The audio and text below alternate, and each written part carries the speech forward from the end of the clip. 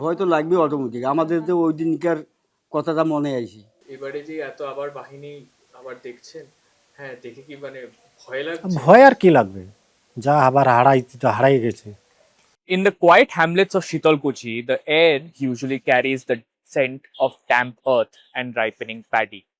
But as the 2026 assembly elections in West Bengal draw near, a different atmosphere has settled over the village of Jorepatki.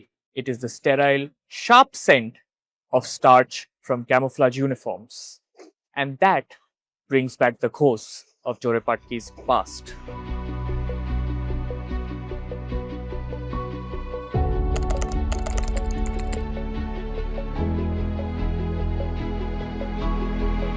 Four young men were killed in firing by CISF personnel at a polling booth during the fourth phase of the previous 2021 assembly elections. The houses of the four victims don't have a single photo of them, a conscious choice taken by their families to try and minimize their suffering. As Bengal prepares to vote again, the bereaved families still await justice. For most of the state, the heavy deployment of the Central Industrial Security Force, or the CISF, is a bureaucratic assurance of free and fair polls. For the people here, however, the sight of a Central Forces Jawan standing guard at a local booth is not a symbol of security. It is a flickering projector replaying the bloody afternoon of April 10th, 2021. Families of those lost relive that nightmare every time they see uniformed armed personnel. Afsar Ali Mia sits outside his modest home, his eyes reflecting a weariness that transcends the upcoming political cycle. His son, Samiul Haq, was just 20, a BA graduate with a promising future in IT, when he was shot dead. The tragedy of Samiul's death is sharpened by the heroism of his final moments. যখন ঘটনাটা ঘটে কি করে আপনি খবর কি করে পেয়েছিলেন? ওই মানুষ এসে বললো, তারপরে আমরা গেছি। গিয়ে কি দেখেছিলেন বলতে পারবেন? না, ওটা তো যা দেখি পড়ে আছে, এইটুকুই, আর বলতে পারি না। হাসপাতালে নিয়ে গেছিলেন তো? হ্যাঁ। মানে চিকিৎসা করার আগেই মারা গেছিলেন না? না, আগেই মারা গেছে। কম্পিউটারের কাজ করতো। কম্পিউটারের কাজ করে পড়াশোনা করেছিল? হ্যাঁ, বিএ কমপ্লিট ছিল। সরকার বা পার্টি থেকে কোনো সহায়তা করেছিল? হ্যাঁ, মমতা দিদি সাহায্য করছে। কিরকম সাহায্য? চাকরি দিছে হোমগার্ডের। ছোট ছেলের কত বয়স? ছোট ছেলে বর্তমান 23। উনিও কি ওখানেই ছিল। ওই যে ওকে যখন ডাঙে ফালাই দিছিল, তখন নাকি ও যা ধর গেছিল, যাওয়ার সাথে উনিকে গুলি করছে। ছোট ছেলেকে মানে কি ফেলে দিয়েছে মানে বাহিনী? আর ওকে তখন বাঁচাতে গেছিল। এবারে যে এত আবার বাহিনী আবার দেখছেন, হ্যাঁ দেখে কি মানে ভয় লাগছে? ভয় আর কি লাগবে, যা আবার হারাই গেছে। আপনার ছোট ছেলে এখন কি চাকরি করছে? Home guard, WB। ছোট ছেলে মনে করে দাদাকে? মনে করলে কি করবো, এখন কেউ তো আর ফিরে দেবে না। For Haider Ali, who lost his 23-year-old younger brother Hamidul Mia, the upcoming election brings a more visceral dread. Hamidul left behind two young children who are living reminders of the time that has passed since the tragedy. Haider admits the presence of the Jawans is suffocating. এবারে যে এত CISF জওয়ান রয়েছে, তাতে মানে দেখে ভয় লাগছে কিছু? ও তো লাগবেই।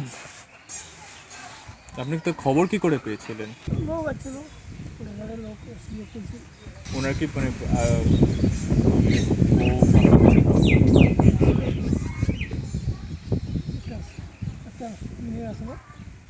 ছেলেটা মনে করে প্যাটে আসলো।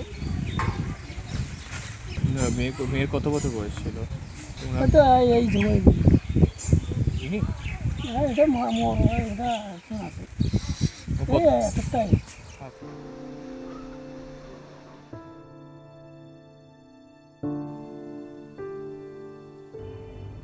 A short distance away is the house of Amjad Hussain.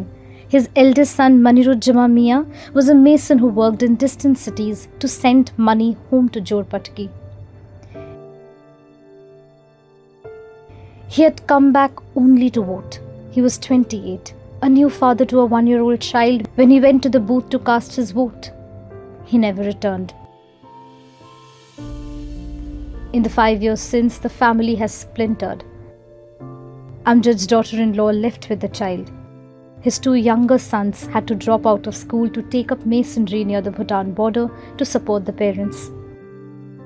Amjad and his wife Achima Bibi now rarely talk.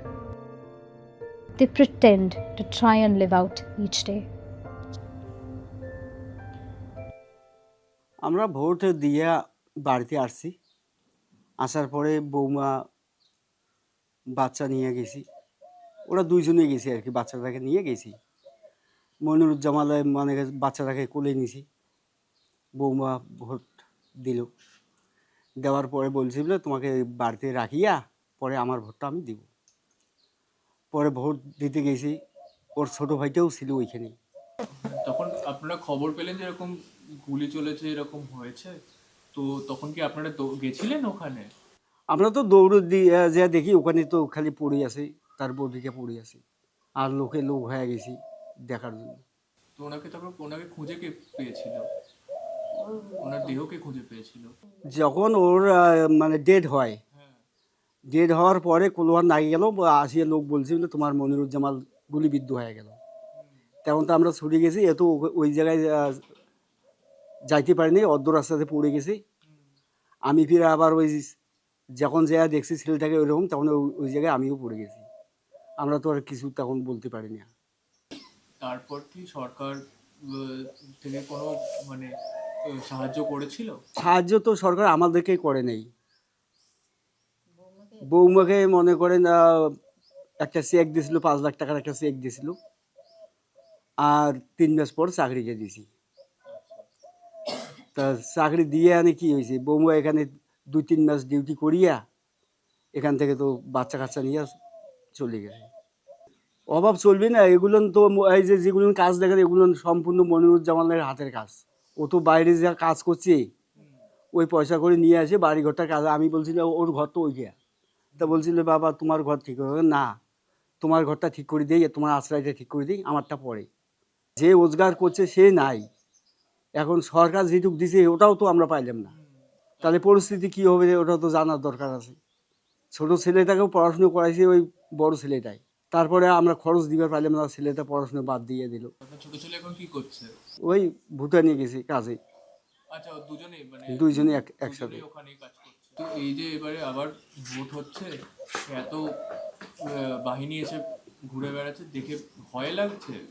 ভয় তো লাগবে অটোমেটিক, আমাদের তো ওই দিনকার কথাটা মনে আইছে।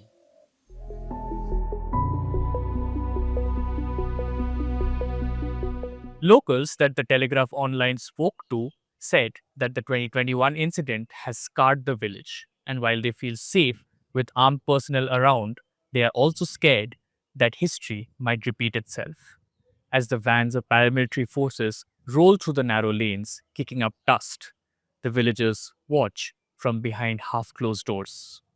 There is a worry that the 2026 elections will once again turn their peaceful fields into a battlefield, and that the protection offered by the state will once again come at the cost of their loved ones. In Jorepatki, democracy arrives not with a flourish, but with a shudder. And for Afsar, Amjad, and Haider, the ballot box remains linked to the bullet.